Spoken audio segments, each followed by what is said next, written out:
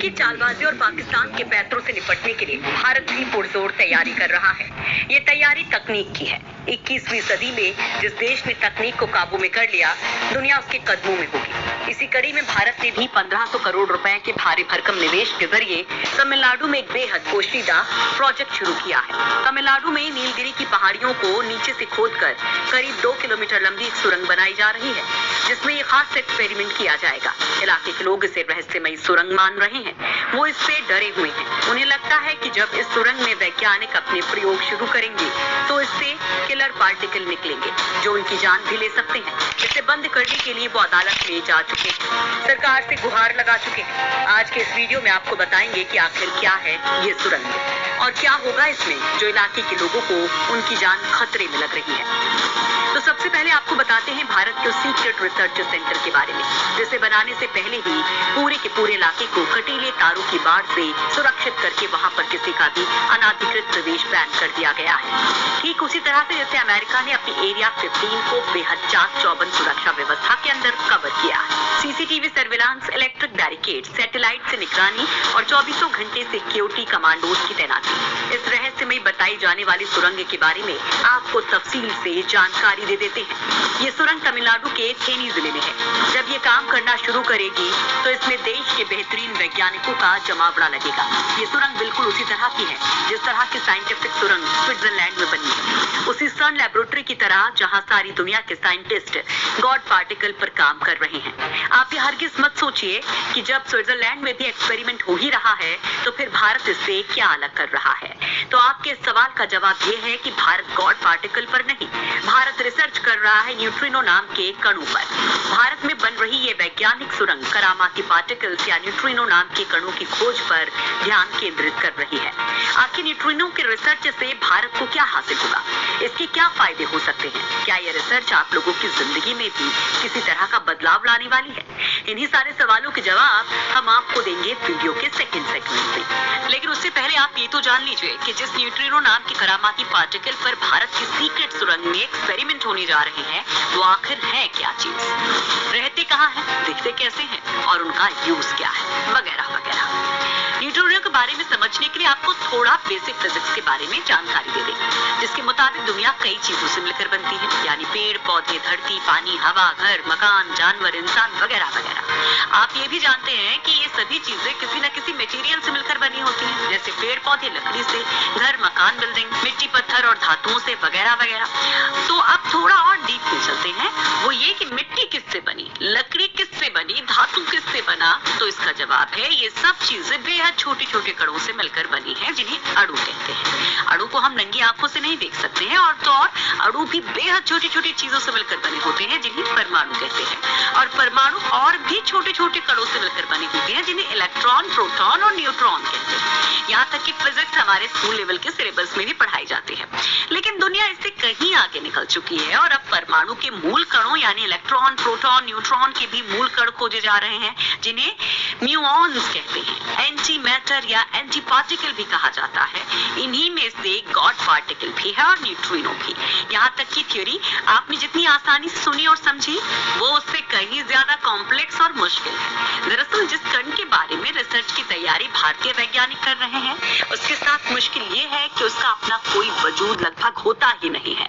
अब तक की स्टडीज बताती है कि न्यूट्रिनो में ना तो कोई चार्ज या आवेश होता है और ना ही न्यूट्रिनो का कोई भार सूरज की किरणों के साथ या दूसरे सितारों की किरणों के साथ ये हम तक पहुंचता है। इसका पता लगाना भी बेहद मुश्किल है क्योंकि ये अपने आसपास के मैटर के साथ प्रतिक्रिया नहीं करता। इसका पता तभी लग सकता है जब ये कहीं सीधे टकराए। लिहाजा जो चीज दिखती ना हो, जो चीज मौजूद तो हो लेकिन हासिल ना हो, जो चीज अनुभव तो हो लेकिन पकड़ में ना आए, उसकी स्टडी कैसे की जाए?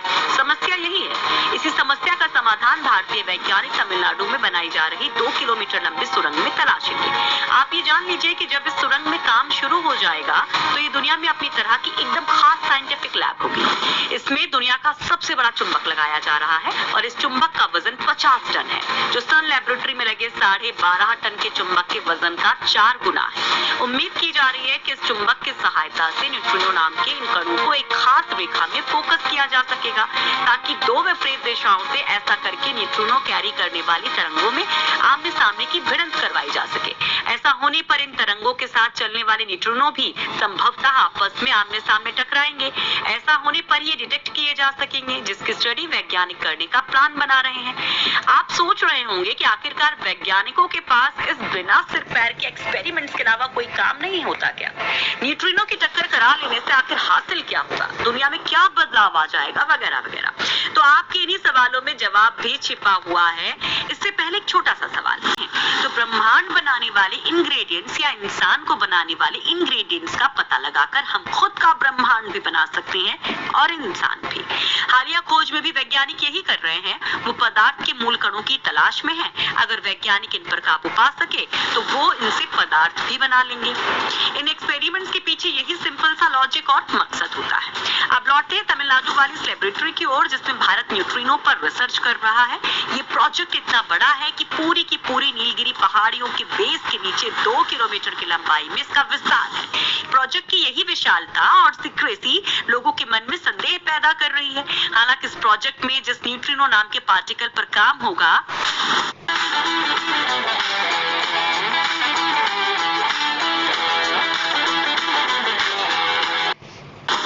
न्यूट्रिनो को पर्यावरणवादी और इलाके के लोग किलर पार्टिकल कहते हैं। लोगों को डर है कि जब ये लैब शुरू होगी तो क्षेत्र का विनाश कर देगी। उन्हें लगता है कि इससे इलाके में रेडिएशन बढ़ेगा। लोग मानते हैं कि न्यूट्रिनो ऐसा कण है जो किसी भी तरह के संहार में सक्षम है। लोगों का ये डर गुजरे वक्त में हुए परमाणु तत्वों की खोज और परमाणु बमों के आविष्कार की थियोरी पर आधारित है। परमाणु बमों की विनाशक क्षमता को पूरी दुनिया ने अमेरिका द्वारा जापान के हिरोशिमा और नागासाकी शहरों पर किए गए एटॉमिक अटैक के तौर पर भी देख चुके हैं। वहां पर बम गिरने के बाद सैकड़ों किलोमीटर में प्रत्यक्ष रूप से विनाश तो हुआ ही था। आज आधे दशक के बाद भी रेडियो एक्टिविटी के असर के कारण न स्वस्थ बच्चे पैदा होते हैं और न वनस्पतियां, जबकि न्यूट्रिनो के बारे में फिलहाल वैज्ञानिक ऐसा कुछ भी होने की संभावना को सिरे से खारिज करते हैं। अलबत्ता इन्हें बेहद आश्चर्यजनक खूबियों वाला बताते हैं। माना जाता है कि ये ब्रह्मांड से धरती पर पहुंचने वाले सबसे गतिशील और ऊर्जावान अणु हैं। वे ब्रह्मांड में हर जगह विचरण करते रहते हैं। उन्हें देखना और पकड़ना नामुमकिन है। ये तभी नजर आते हैं जब नाभिकीय प्रतिक्रियाएं। आप ये तथ्य जानकर तो हैरान ही रह जाएंगे कि जिस वक्त आप ये वीडियो देख रहे हैं उसी वक्त आपके शरीर पर अरबों खरबों की तादाद में न्यूट्रिनो टकरा रहे हैं और आपको पता भी नहीं चल रहा। जी हाँ, बिल्कुल सच है। वैज्ञानिकों की माने तो न्यूट्रिनो सूर्य, अन्य तारों और ब्रह्मांड की सक्रिय सौर गंगाओं से धरती पर पहुंचते रहते हैं। अनुमान है कि हर सेकंड हमारी त्वचा के हर सेंटीमीटर पर सूर्य से आए 65 अरब न्यूट्रिनो टकराते हैं। ब्रह्मांड में फोटॉन के बाद न्यूट्रिनो ही सबसे ज्यादा पाए जाते हैं। न्यूट्रिनो उन मूल कणों में से एक है जिनके द्वारा पदार्थों और ब्रह्मांड की रचना हुई है। तो अब आप तो ये समझ ही गए होंगे कि न्यूट्रिनो के बारे में हो रही ये रिसर्च कितनी अहम होने वाली है। इतना ही नहीं, आपका सीना गर्व से फूल जाएगा अगर आप ये जानेंगे कि दुनिया को न्यूट्रिनो के वजूद के बारे में भी ज्ञान भारत ने ही दिया था। जी हाँ, चेन्नई के Indian institute of mathematical science यानी IMSC में पार्टिकल भौतिक विज्ञानी पी इंदुमती, जो तमिलनाडु थेनी लैब की कोऑर्डिनेटर भी है, वो कहते हैं कि इससे पहले किसी को नहीं मालूम था कि न्यूट्रिनो कॉस्मिक किरणों में मौजूद रहते हैं। भारत ने पहली बार दुनिया को इस बारे में बताया, लेकिन हमारी खोज के बाद ही दूसरे देशों ने इस पर काम शुरू कर दिया। तो अब आप समझ ही गए होंगे कि जब ये रिसर्च इतनी महत्वपूर्ण है तो इसकी सुरक्षा भी टॉप लेवल की तो होनी ही थी। हालांकि लोगों के विरोध और अदालत में जाने के चलते इस प्रोजेक्ट में कुछ देर तो हो गई है, लेकिन ये तय है कि 1500 करोड़ रुपए का ये प्रोजेक्ट भारत को दुनिया के वैज्ञानिक क्षेत्र में खास तरीके से स्थापित जरूर कर देगा। चलते चलते आपके उस कौतूहल को भी शांत कर देते हैं जिसमें ये सवाल घुमड़ रहे हैं कि क्या न्यूट्रिनो की खोज से किसी तरह के डिफेंस इक्विपमेंट्स या हथियार बनाए जा सकेंगे। दरअसल इस बारे में अब तक कोई स्पष्ट जानकारी नहीं है, लेकिन केरल और तमिलनाडु के पर्यावरणविदों का आरोप है कि यहाँ जो न्यूट्रिनो तलाशे जाएंगे उसमें अमेरिका के शिकागो स्थित एक फैक्ट्री की भी सेवाएं ली जाएंगी। लोग ये भी मान रहे हैं कि न्यूट्रिनो का ज्यादा उपयोग सैन्य कामों या हथियार बनाने के लिए हो सकता है। उन्हें इसी बात का डर है कि ऐसा हुआ तो इस इलाके में गुप्त सैन्य गतिविधियां भी होंगी। तो ये वो डर और कयास है जो तमिलनाडु में बन रही भारत की सीक्रेट लैब के बारे में पर्यावरणविदों का है। हालांकि उनके इस डर में कितनी सच्चाई है इसका कोई वैज्ञानिक प्रमाण मौजूद नहीं है, लेकिन जिस बात का वैज्ञानिक प्रमाण मौजूद है वो ये है कि न्यूट्रिनो बीम के इस्तेमाल से तबाही के हथियार बन सकते हैं। लेकिन अभी ये दूर की कौड़ी है। न्यूट्रिनो बीम का इस्तेमाल नाभिकीय हथियार बनाने में हो सकता है। इन हथियारों से मिनटों में कहीं भी किसी को भी तबाह किया जा सकता है। चूंकि न्यूट्रिनो को किसी भी धातु से रोका नहीं जा सकता, लिहाजा इससे ऐसे हथियार बनाए जा सकते हैं जिससे कोई बचाव नहीं हो सकेगा। आज के युग में जिसके पास ज्ञान है वही देश महान है, लेकिन दुर्भाग्य यही है कि पूरी दुनिया को ज्ञान का दर्शन देने वाला भारत ही आधुनिक ज्ञान के पैमाने पर निचले पायदान पर आता है। चाहे अणु परमाणु की खोज का श्रेय डाल्टन को दिया गया हो, जबकि डाल्टन के पैदा होने से 1000 साल और ईसवी सदी की गणना शुरू होने से करीब 600 साल पहले भारत के महर्षि कणाद ने पदार्थ के मूल कण यानी परमाणु और आधुनिक भौतिकी के सिद्धांतों का पूरा ग्रंथ ही वैशेषिक दर्शन के नाम पर लिख डाला था। इसी तरह चाहे प्लास्टिक सर्जरी के लिए यूरोपीय और मिस्र के चिकित्सकों को क्रेडिट दिया जाता हो, लेकिन सच यही है कि प्लास्टिक सर्जरी के जनक भारतीय चिकित्सक सुश्रुत ही रहेंगे, जिन्होंने आधुनिक वैज्ञानिकों से करीब 1000 साल पहले मरीज के चेहरे पर शल्य चिकित्सा करके कृत्रिम नाक लगाई थी। इसी काम को आज के जमाने में प्लास्टिक सर्जरी कहकर पुकारा जाता है। न्यूट्रिनो की खोज के बारे में भी यही तथ्य है। भारत ने ही दुनिया को इस कण का दर्शन करवाया, लेकिन अभी यहीं पर न्यूट्रिनो पर रिसर्च बहुत पिछड़ी है। उम्मीद है कि आने वाले दिनों में न्यूट्रिनो के रिसर्च से उस रहस्य पर से पर्दा उठेगा जो अब तक इंसान